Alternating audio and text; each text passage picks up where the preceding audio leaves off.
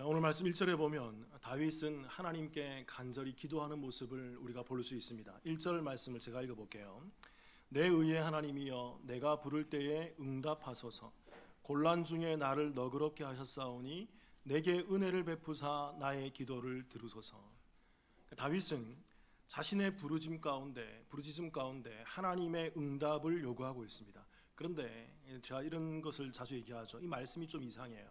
어떠냐면 이런 표현이 있죠. 중반에 보면 곤란 중에 나를 너그럽게 하셨사오니 내게 은혜를 베푸사 나의 기도를 들으소서. 다윗은 곤란한 상황 가운데 있었다는 것입니다. 그런데 이 곤란은 단순한 어려움이나 단순한 그런 역경이 아니었어요. 이 곤란의 이 상태는 어떤 상태냐면 사면초가 전후좌우 앞뒤 좌우가 완전히 꽉 막혀서 압박해오는 상태가 바로 이 곤란의 상태인 것입니다. 매우 극심한 어려움을 겪고 있었던 거죠. 그래서 어느 학자는 이 상태를 아마도 다윗이 사울의 추격 가운데 압박을 당했을 때의 그때의 곤란이었을 것이다.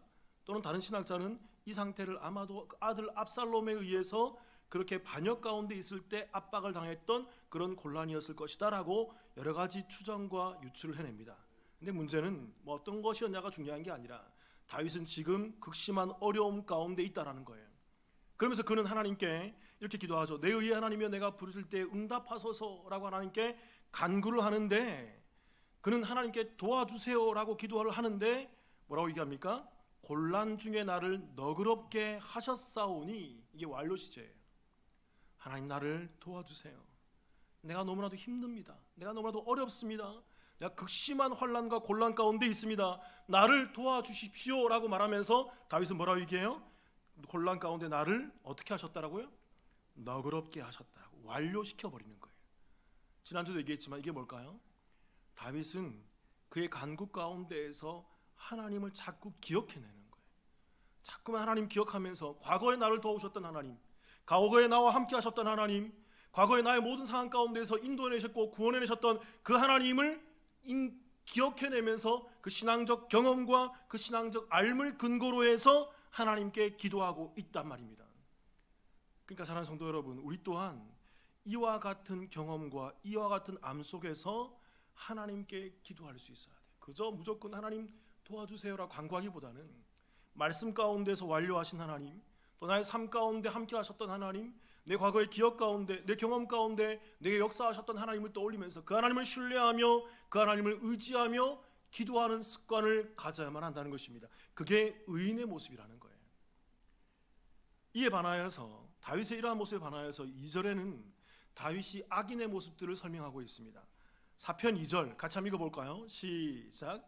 인생들아 어느 때까지 나의 영광을 바꾸어 욕되게 하며 헛된 일을 좋아하고 거짓을 구하려는가. 다윗은 악인의 모습 세 가지에 대해서 얘기해요.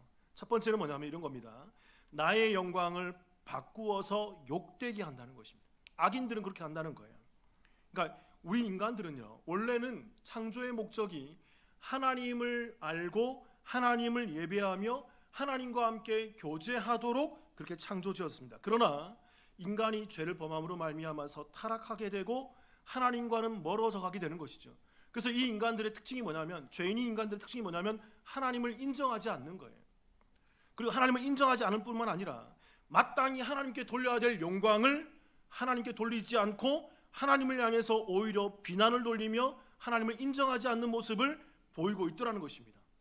하나님보다는 이 나무에, 하나님보다는 이 돌에, 하나님보다는 저 짐승에, 하나님이 창조하신 피조물에 하나님보다 더 높은 가치를 돌리면서 하나님의 영광을 욕되게 하고 있는 모습이 악인들의 모습이라는 거예요. 또 두 번째 4편 2절에 보면 이런 말씀이 있죠. 헛된 것 일을 좋아하고, 이 헛된 일이란 말이 히브리어로 리크란 말이에요. 이게 공허, 덧없음, 텅 빈 무가치한이란 말인데, 악인들은 무슨 말이냐면 악인들은 비어있는 모습이라는 것입니다. 그들은 막 뭘 하는데, 그들 이 땅 가운데서 막 여러 가지 많은 일을 하는데 계속 그 하는 어떤 일들이 다 비어져 있는 모습이라는 거예요. 왜 그럴까요, 여러분? 아까도 얘기했지만, 좀 전에 얘기했지만, 그들은 원래는 하나님의 영광을 위해서 창조되고 하나님께 영광을 돌려야 되는데 그 하나님께 돌려야 되는 그 하나님의 자리가, 그들의 심중 가운데 있는, 그들의 중심 가운데 있는 하나님의 자리가 비어져 있기 때문인 것입니다. 이 하나님의 자리가 비어 있기 때문에 그들은 이 하나님의 비어 있는 이 세상이, 이 마음의 자리가 너무나도 허해서 세상으로 채우고 또 채우면서 물질과 정욕과 이생의 자랑으로 채우면서 헛된 일을 추구하며 살아간다는 거예요. 그렇게 이들은 이 무가치한 삶의 모습으로 막 채우면서 그들은 여러 가지 일을 많이 하고 있지만 하나님이 보실 때 그것은 헛된 일이다, 비어있는 모습이다, 그들은 가치 없는 삶을 살고 있어 라고 그렇게 평가하신다는 것입니다.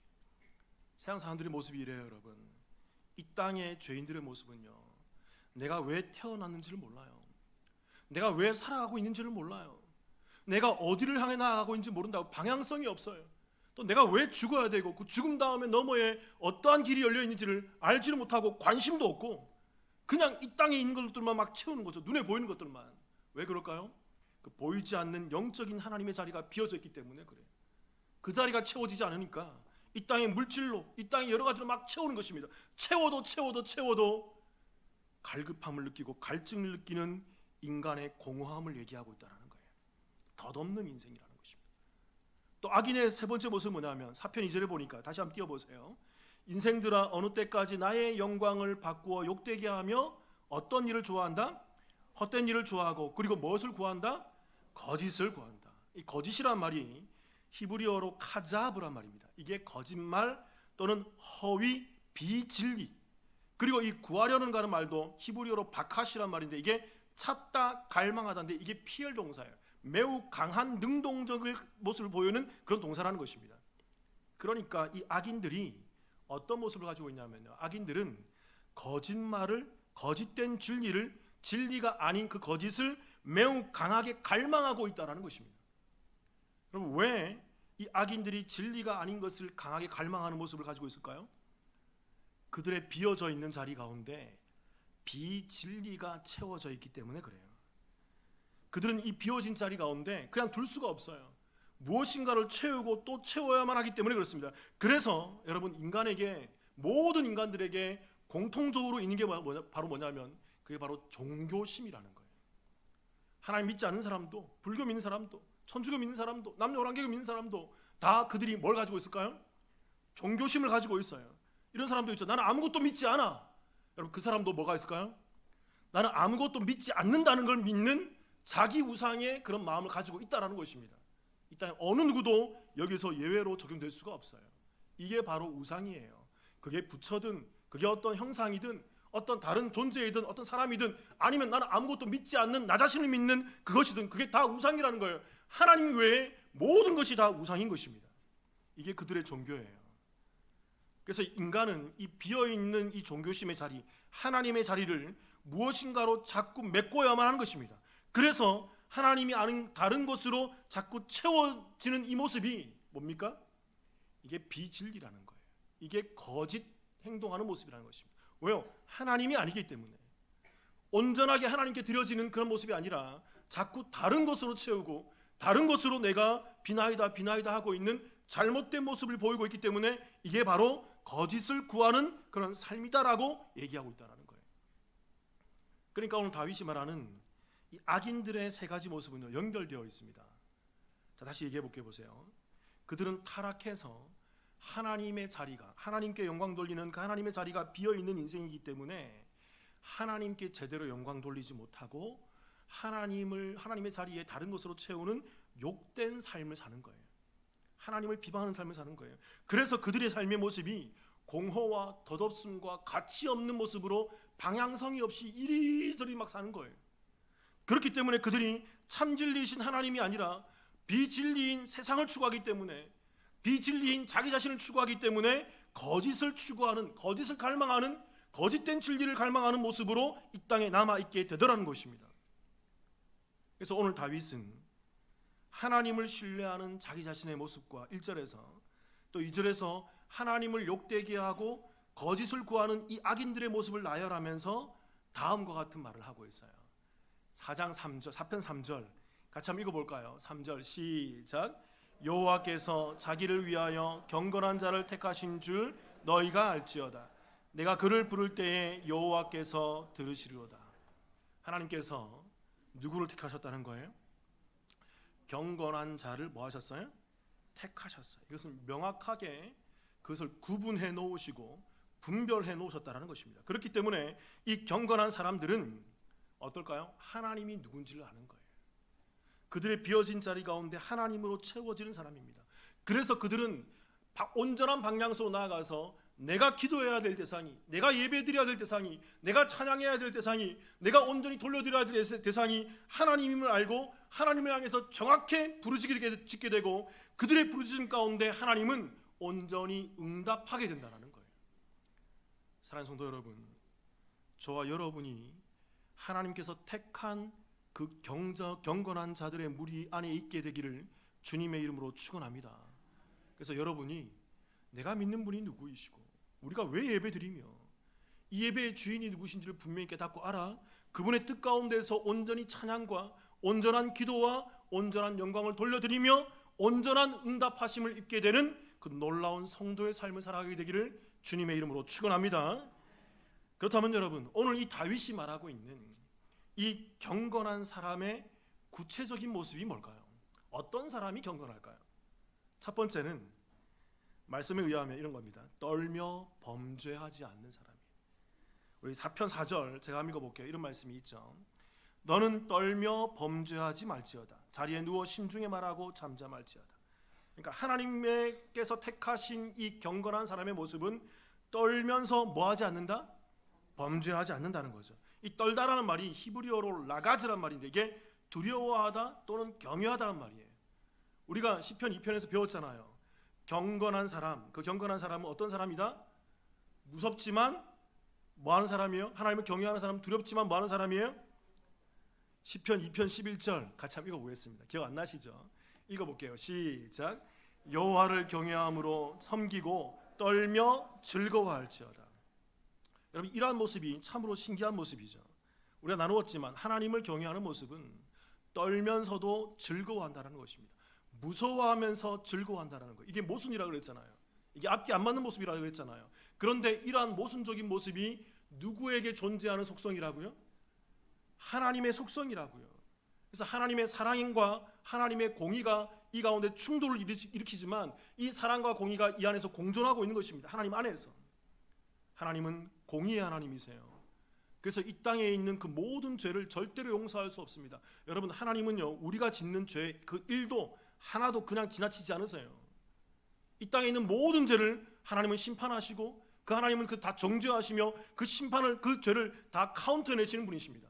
그게 공의의 하나님의 정의예요. 죄를 그냥 넘길 수 없단 말입니다. 그렇기 때문에 이 땅 가운데 누가 오시는 거예요? 그 공의의 하나님의 대리자로, 그 공의의 하나님의 대속물로 우리 대신해서 우리가 죽으면 끝나버리니까, 하나님 택한 경건한 자들이 죽어버리면 끝나버리니까 하나님께서 직접 이 땅에 육화되어서 성육신에서 우리 가운데 오셔서 십자가와 부활의 은혜를 진행하시는 것입니다. 이게 바로 하나님의 공의이지만 또 역설적이게도 뭐예요? 하나님의 사랑의 모습인 거예요. 그래서 이 공의와 사랑이 하나님의 모습 가운데 공존하고 있는 것입니다. 그래서 이 공의와 사랑을 알게 되면 우리는 하나님을 향해서 그 죄 때문에 두려움을 갖게 되고, 그리고 그 사랑 때문에 우리는 하나님에서 나를 구원하신 하나님에 의해서 기쁨과 감사와 영광을 올려드릴 수 있게 된다는 거예요. 이러한 정의 가운데에서 오늘 말씀도 마찬가지입니다. 이 떨며 이 가운데에서 범죄하지 않는 사람이 어떤 모습일까요? 경외하는 사람이에요. 하나님의 공의에 의해서 이들은 내 죄 때문에 예수 그리스도가 죽으셨다는 것을 몸부림치면서 떠는 사람이에요. 여러분, 이들이 이 땅 가운데서 살아가는 방식이 뭘까요?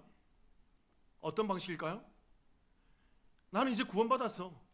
나 이제 예수 믿으니까 구원받았기 때문에 나는 이제 마음대로 막 살아야 돼. 왜? 난 다 예수님께 다 내 죄를 다 사해 주셨고 나는 이제 괜찮아. 나는 죄를 지어도 어디 가요? 전 갈까요? 전 가요? 제가 얘기했잖아요. 이렇게 생각하는 사람들이 구원받지 못한 사람이라고. 이런 알량한 인간의 이런 사고에 빠진 사람들이 구원받지 못한 사람이에요. 왜 그럴까요? 이 구원과 하나님의 공의가 무엇인지를 제대로 알면요, 내가 죄를 지을 생각을 할까요? 아니면 죄 가운데에서 두려워하며 떨까요? 어떻게 할까요? 그 죄 가운데서 몸부림치면서 떨게 되어 있어요. 하나님께서 왜 이 땅에 오셨고, 왜 성육신하셨고, 내가 어떻게 구원받았는데, 나의 구원이 어떤 그 가치가 있는데, 나 때문에 그 하나님이 직접 오셔서 죽으셨다는 그 놀라운 공의와 그 사랑을 진정을 깨닫게 되면 그 두려움 가운데서 죄 앞에서 우리는 몸부림치게 되어 있어요. 이들이 성도고 이들이 바로 성화하는 성도들의 온전한 모습이라는 것입니다. 제가 이런 말씀을 드릴게요. 여러분, 죄를 짓더라도 편안히 짓지 마세요. 여러분, 떨면서 지으세요. 우리가 죄를 안 지을 수는 없어요. 근데 죄 가운데서 하나님의 구원을 바라보면서, 나를 죄를 향해서 진노하신 하나님을 바라보면서 바들바들 떨면서, 하나님, 내가 여전히 목사라고 하는데, 내가 여전히 교회 중직이라고 하는데, 내가 평생을 예수 믿어 왔는데 여전히 이 죄 가운데 있단 말입니까? 하나님, 내가 너무나 괴롭습니다 하면서 그 두려움 가운데 떠는 경건한 저와 여러분들의 모습이 되시기를 주님의 이름으로 축원합니다. 자, 경건한 사람이 또 누구일까요? 두 번째는 하나님을 바라보는 사람이에요. 우리 시편 4편 4절 같이 한번 읽어볼까요? 시작. 너희는 떨며 범죄하지 말지어다. 자리에 누워 심중에 말하고 잠잠할지어다. 또 제가 높아심에서 말씀드립니다. 목사님이 죄를 지어라 이런 말 하지 않았어요. 여러분, 제가 그런 말 한 거 아니에요. 잘 이해하시기 바랍니다. 4장 4절에 보니까 이런 말씀이 있죠. 자리에 누워 심중에 말하고 뭐 할지어다? 잠잠할지어다. 이 잠잠하다라는 말이 히브리어로 이게 다망이란 말입니다. 이게 다맘이란 말인데, 이게 침묵하다, 기다리다란 말이에요. 이 말을 하지 않는 것을 말합니다. 그런데 여러분, 오늘 말씀은 좀 이상해요. 이게 침묵이고 말하지 않는 것인데, 다시 4장 4절 보세요. 뭐라고 얘기합니까? 다윗이 어떻게 잠잠하라 그래요? 자리에 누워서 심중에 뭐하고? 말하지 말라면서 자리에 누워서 심중에 그의 마음속에 말을 하면서 잠잠하라는 거예요. 이게 어떤 말일까요, 여러분? 무조건 말하지 말라가 아니에요. 이 심중에, 이 잠자리에 누워 있는 것은 자기의 가장 은밀한 자리잖아요. 자기 혼자서 자기 자신을 들여다볼 수 있는, 하루의 모든 것을 마무리할 수 있는, 나만에게 집중할 수 있는 시간이잖아요. 그래서 나를 들여다보면서 나의 영적 상태가 어떤지, 나의 심적 상태가 어떤지를 가만히 내 스스로 한번 되뇌어보고 내 스스로 그것을 말아보면서 그 다음에 하나님을 향해서 집중하며 잠잠하라는 거예요. 여러분, 시편 131편 1절부터 3절을 제가 한번 읽어볼게요. 이런 말씀이 있습니다. 여호와여, 내 마음이 교만하지 아니하고 내 눈이 오만하지 아니하오며 내가 큰 일과 감당하지 못할 놀라운 일을 하려고 힘쓰지 아니하나이다. 실로 내가 내 영혼으로 고요하고, 이게 잠잠하란 말이에요. 평온하게 하기를 젖된 아이가 그의 어머니 품에 있음 같게 하였나니 내 영혼이 젖된 아이 같도다. 같이 한번 읽겠습니다. 3절 시작. 이스라엘아, 지금부터 영원까지 여호와를 바랄지어다. 이 고요하고, 이 말이 잠잠하다, 그 담함이란 말입니다. 침묵하다, 기다리다, 말하지 말라는 것입니다. 그런데 다윗이 왜 고요하고 왜 침묵한다는 것입니까? 여러분, 이 시편 131편의 이 부제가 중요해요. 이 시편 131편은 부제가 뭐로 되어 있냐면 성전에 올라가면서 부르는 찬양이라 되어 있어요. 성전에 올라가면서 부르는 노래라는 것입니다. 그러니까 다윗은 하나님을 만나러 올라가면서 찬양을 하면서 이 고백을 하고 있는 거예요. 성전에 올라가면서 하나님이여, 여호와여, 내가 이런 어려움이 있습니다. 내게 이런 문제가 있습니다. 내가 이런 죄악 가운데 있습니다. 그러면서 하나님을 부르면서, 하나님을 찬양하면서, 하나님께 집중하면서 그 후에 성전에 올라간 다음에는 그가 침묵하면서 하나님께 집중하고 있는 모습을 보여주고 있다고. 그래서 3절에서 다시 띄워보세요. 131편 3절에 이런 말씀이 있죠. 이스라엘아, 지금부터 영원까지 여호와를 뭐할지어다? 그러니까 그 하나님을 부르면서, 성전에 올라가면서 하나님을 부르면서, 성전에 올라가서는 하나님만을 뭐해요? 바라보고 있는 거예요. 하나님만 집중하고 있는 거예요. 여러분, 이게 바로 고요하고 잠잠하는 모습이에요. 그냥 아무것도 하지 않고 가만히 있는 게 아니라 하나님만을 바라보고 하나님만을 부르짖고, 여호와여, 하나님이여, 내가 이렇습니다. 내 상황 가운데 내가 어찌 이렇단 말입니까? 그러면서 하나님께 모든 나의 그 신경과 나의 마음과 온 마음을 집중해서 하나님만 바라보는 것, 그게 이 잠잠하는 자의 모습이라는 것입니다. 그때 여러분, 시편 62편 5절도 한번 봅시다. 우리가 잘 아는 말씀이 있죠. 같이 한번 읽어보겠습니다. 시작. 나의 영혼아, 잠잠히 하나님만 바라라. 무릇 나의 소망이 그로부터 나오는도다. 잠잠히 하나님만 뭐하라? 바라봐라. 그러니까 잠잠, 아무 얘기하지 않는 것만 말하는 게 아니에요. 그저 침묵하지 하고 말하지 않을 것만을 얘기하는 게 아니란 말입니다. 내가 침묵하지만 누구를 바라보라는 거예요? 하나님을 바라보라는 거예요. 하나님께 집중하라는 것입니다. 그러면서 시편 62편 6절에서 그 다음 절에서 이렇게 얘기합니다. 다윗이 잘 읽어볼게요. 오직 그만이 나의 반석이시요 나의 구원이시요 나의 요새이시니 내가 흔들리지 아니하리로다. 다윗은 침묵하지 않아요. 말을 하지 않는 게 아니라고요. 그는 잠잠하고 고요한데 하나님만 바라보면서 그의 입을 여는 것입니다. 이게 잠잠한 거예요, 여러분. 하나님만 바라보면서 하나님이여 오직 구원이 하나님께만 있습니다. 하나님이 나의 반석이고 나의 요새이고 나의 구원이십니다. 내가 하나님만 바라보겠습니다라고 하나님을 향해서 내 입을 열며 하나님께 집중하는 것, 이게 바로 담함, 그 잠잠함, 그 침묵함의 정확한 의미라는 거예요. 그러니까 여러분, 우리가 알고 있는 침묵 기도도 우리가 성경을 깊이 알면요, 어떤 거예요? 말하지 않는 게 아니에요. 말하지 않고 가만히 있는 게 아니라 말하지 않고 그 속에서 누구를 바라보는 거예요? 하나님을 바라보고, 또 때로는 하나님께 깊이 바라보면서 하나님의 이름을 뭐 할까요? 내 입으로 부르는 거죠. 하나님이여, 나의 하나님이여, 나의 구원의 하나님이여. 여러분, 이게 침묵 기도예요. 이게 잠잠함의 기도라고요. 성경을 깊이 알면 이런 게 보인다고요. 저와 여러분이 이 땅 가운데에서 하나님께만 집중하고 하나님만 바라보며 하나님만을 의지하는 그 경건한 삶을 살아가게 되기를 주님의 이름으로 축원합니다. 근데 여러분, 이 경건, 이 하나님만 바라보게 되는 그 비결은요, 어디에 있을까요? 그냥 우리가 이게 여기서 우리가 어긋나면 안 돼요, 여러분. 하나님만 바라보라 해서 우리 자주 얘기하잖아요. 이렇게 바라보지 말라고요. 하나님만 바라보지만 우리의 그 모든 신경과 우리의 영적인 관점은 어디로 가야 돼요? 말씀으로 가야 돼요. 말씀에 있는 하나님이에요. 자꾸 엄한 거 보려고 그러지 말고, 자꾸 안 보이는 거 억지로 보려고 그러지 말고, 말씀에서 뭐라고 얘기하시는지, 하나님 말씀이 무엇인지를 한자 한자 되새기면서 이 말씀을 묵상하면서 말씀을 되뇌이시란 말입니다. 그게 하나님을 바라보는 거예요. 그럴 때 정확한 하나님의 뜻과 구원과 하나님의 일이 보이면서 정확한 나의 입술의 고백이 기도로 나오는 것입니다. 하나님의 뜻 가운데 나오는 거예요. 이미 이루어진 하늘의 뜻이 내 삶 가운데, 내 심중 가운데서 입을 통해서 나오게 되는 거예요. 그 뜻이 이루어지게 해주어서. 이게 주기도문이라고.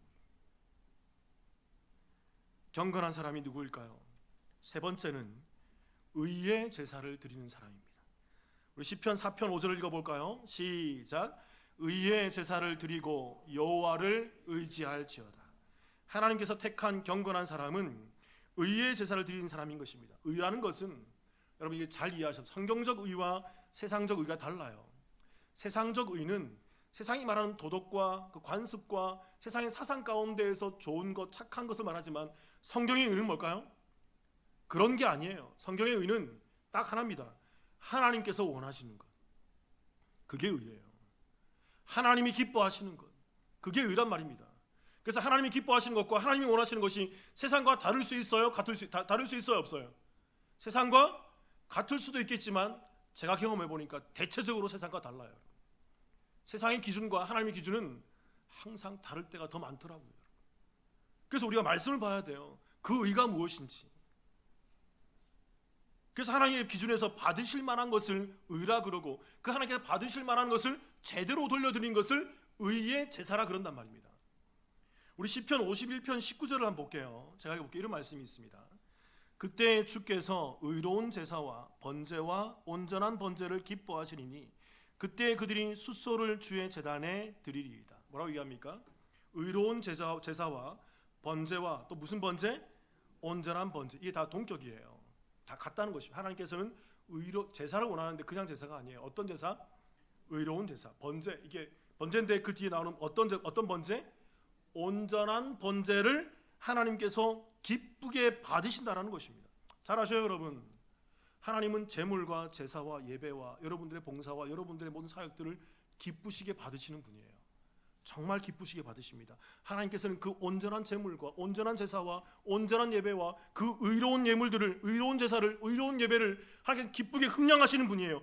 그러나 여러분, 조건이 있어요.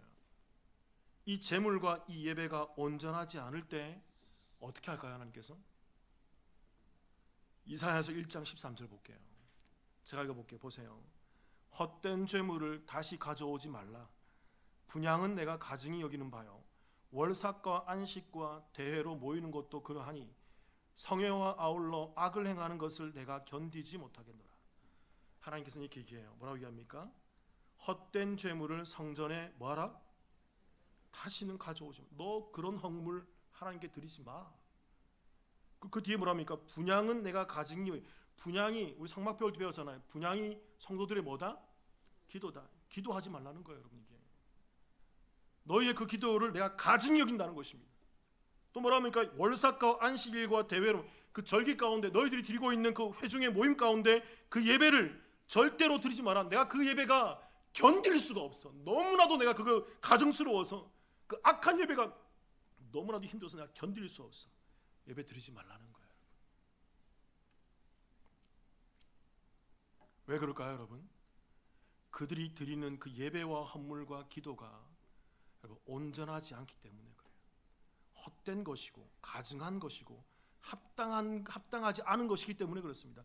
그렇기 때문에 여러분 우리가 드리는 예물과 우리가 드리는 예배와 우리가 기도는 기도와 우리가 드리는 찬양과 우리가 드리고 있는 하나님을 향한 모든 것들을 우리가 점검해보고 우리가 주의 깊게 우리가 어떻게 예배드리고 있는지를 살펴봐야 한다는 것입니다.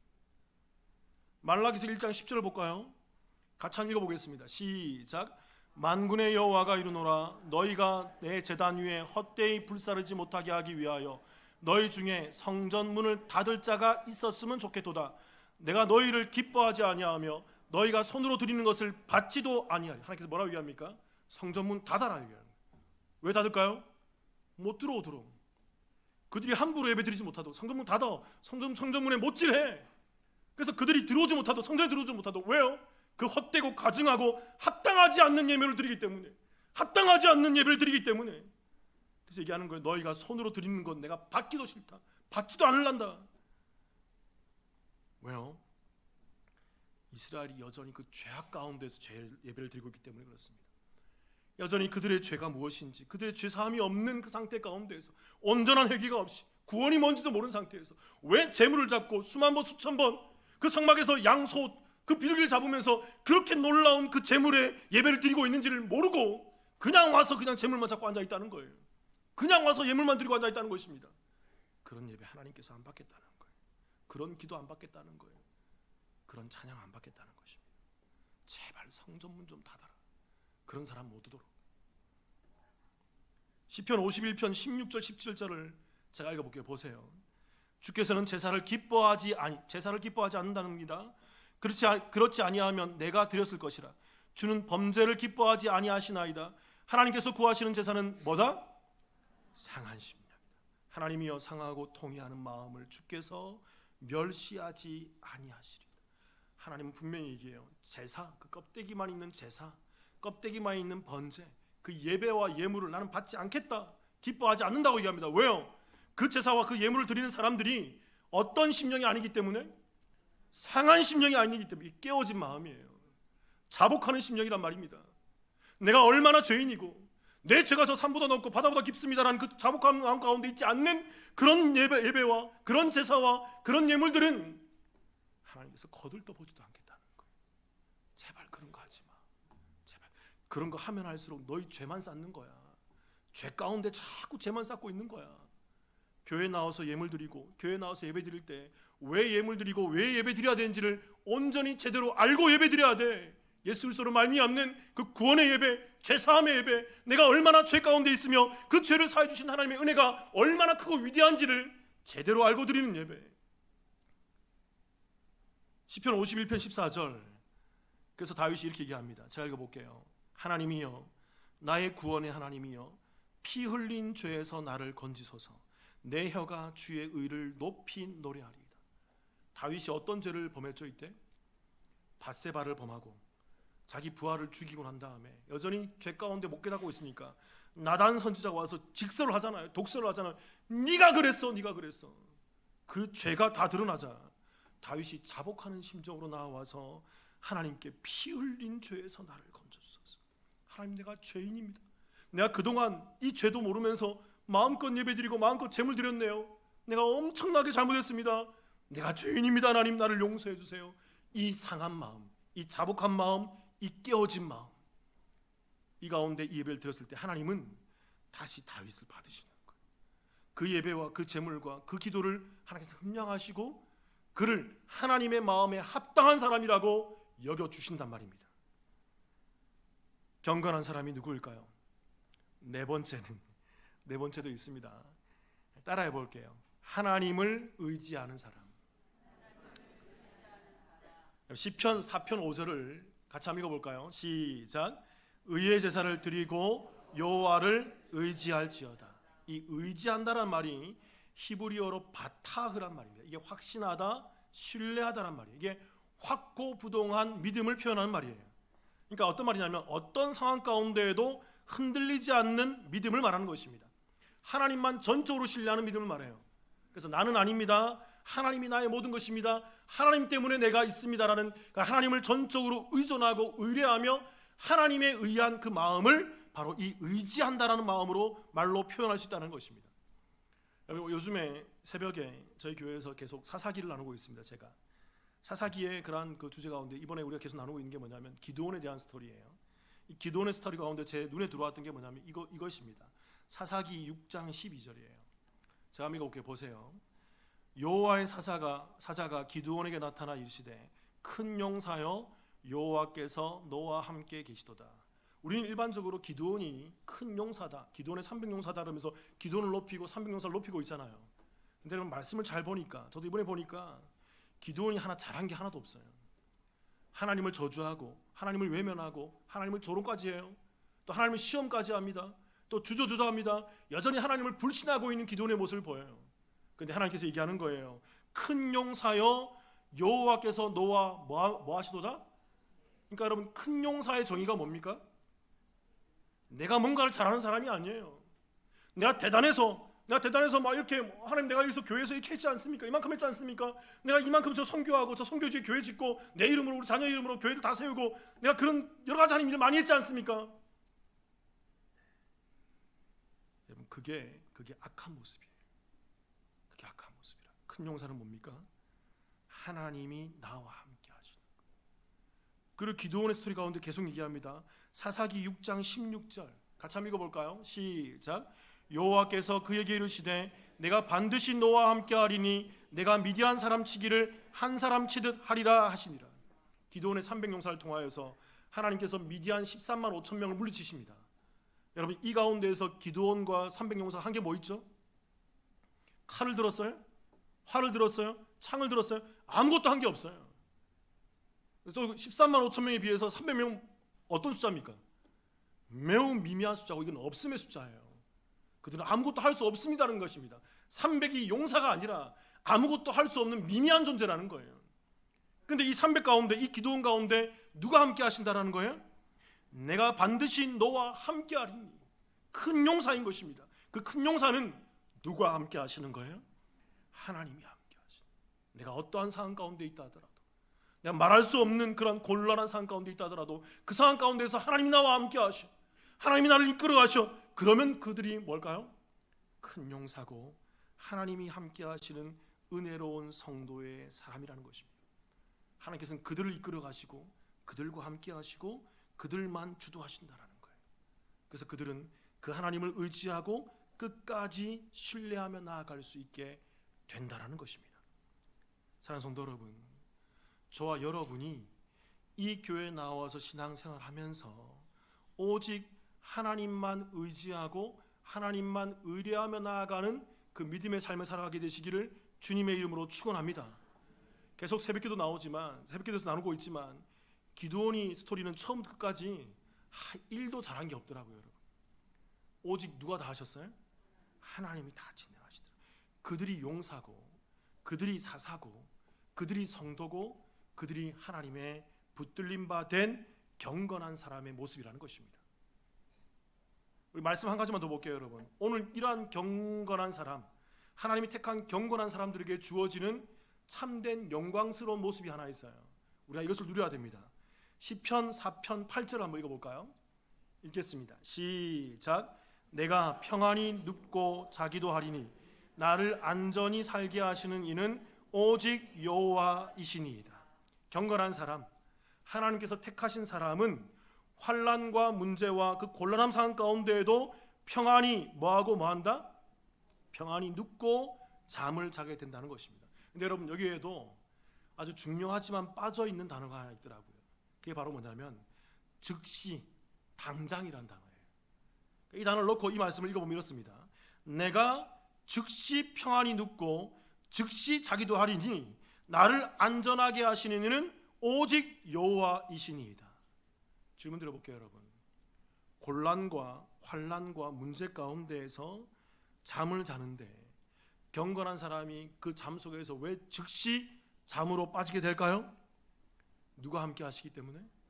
하나님이 함께 하시기 때문에. 그들은 하나님만을 신뢰하고 있기 때문에, 하나님만을 바라보고 하나님만을 의지하며 하나님이 문제보다 더 크다는 것을 알고 있기 때문에, 그래서 그 전적인 하나님을 의지하고 신뢰하는 믿음이 그들에겐 더 크기 때문에, 그래서 그들은 이 땅에 살지만 하늘에 속한 자로 이 땅에서 영광을 바라보며 이 땅에서 영생을 바라보며 이 모든 문제 속에서도 하나님과 함께 나아가기 때문에, 그래서 여러분, 그들은 그 있음도 감사하며 감당하고요, 그 없음도 그 가운데서 하나님의 뜻이 있겠지 하면서 감내하며 감당하는 그 삶을 살게 된다는 것입니다. 그래서 그들에게 하나님께서 평안의 잠을 허락하는 거예요. 사랑하는 성도 여러분, 저와 여러분의 모든 곤란과 곤곡 가운데 하나님의 은혜가 임하기를, 하나님의 함께 하시는 은혜가 임하기를 주님의 이름으로 축원합니다. 그래서 저와 여러분이 정말 이 경건한 자, 그 택하신 경건한 자의 반열에 들어서 정말 하나님만을 바라보며 떨며 범죄하지 않으며 하나님만을 바라보며 의의 제사를 드리며 하나님만을 의지하는 그 신실한 삶을 이 땅에서 영위하게 되기를 주님의 이름으로 축원합니다. 같이 기도하시겠습니다.